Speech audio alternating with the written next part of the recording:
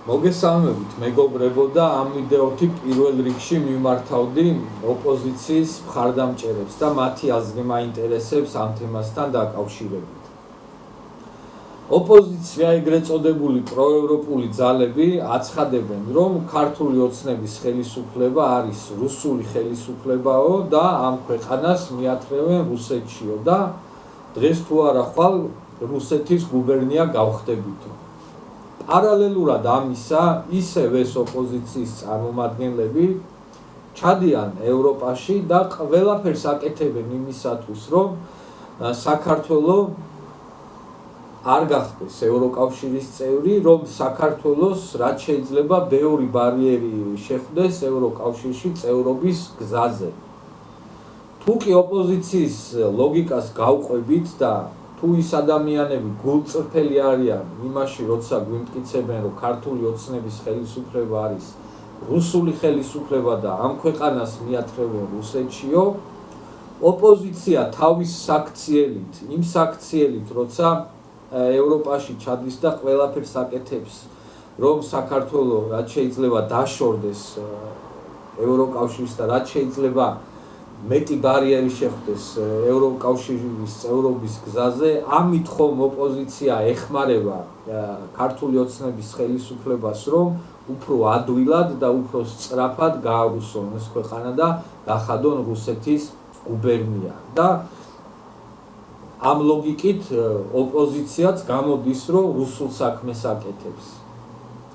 თუ კი ოპოზიცია გულწრფელია ამ ამბავში, როცა გვიმტკიცებენ, რომ ქართული ოცნება მიათრევს ამ ქვეყანას რუსეთშიო და თუ კი ოპოზიცია ამ ქვეყნის პატრიოტებით არის წარმოდგენილი, ეს ადამიანები უნდა ჩადიოდნენ ევროპაში და პირიქით იქ უნდა უჩოქებდნენ და უნდა ემუდარებოდნენ, რომ რაც შეიძლება მალე გამხდარიყო ეს ქვეყანა ევროკავშირის წევრი და სწორედ ამ გზით გამოგლიჯავდნენ ამ ქვეყანას რუსულ ხელისუფლებას და გადაარჩევდნენ გარუსებას.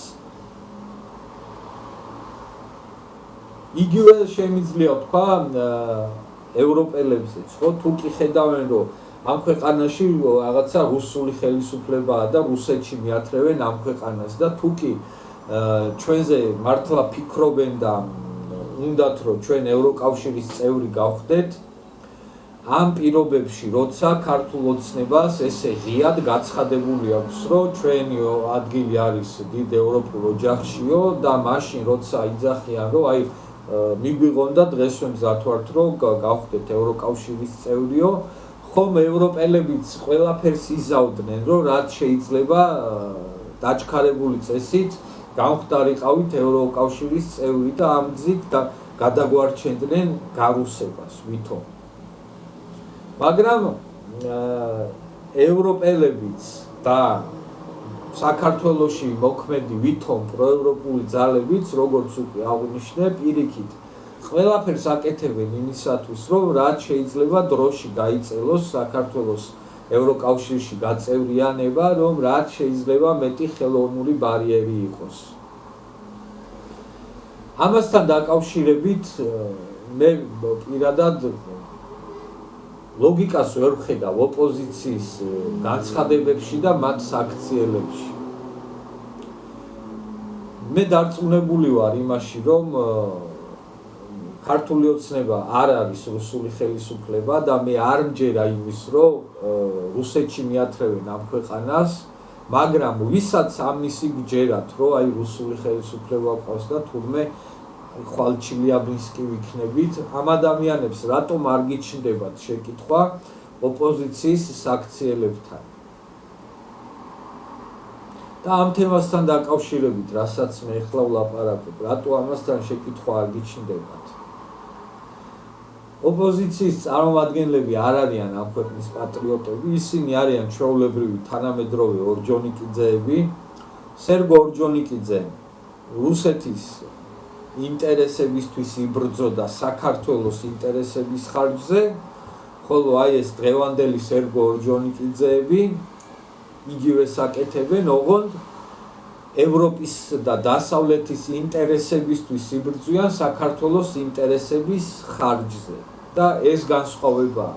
ერთადერთი და სხვა არანაირი განსხვავება არ არის მაშინდელ სერგო ორჯონიკიძესა და დღევანდელ სერგო ორჯონიკიძეებს შორის. სად უღალატებ შენ ქვეყანას? ვის ინტერესებზე გაცვლი შენი ქვეყნის ინტერესებს, ამას გადამწყვეტი მნიშვნელობა საერთოდ არ აქვს. შენ ირანში უღალატებ თუ თურქეთში თუ რუსეთში თუ იმაში ევროპაში შენ ქვეყანას ღალატია და მოღალატეა და ეგ არის.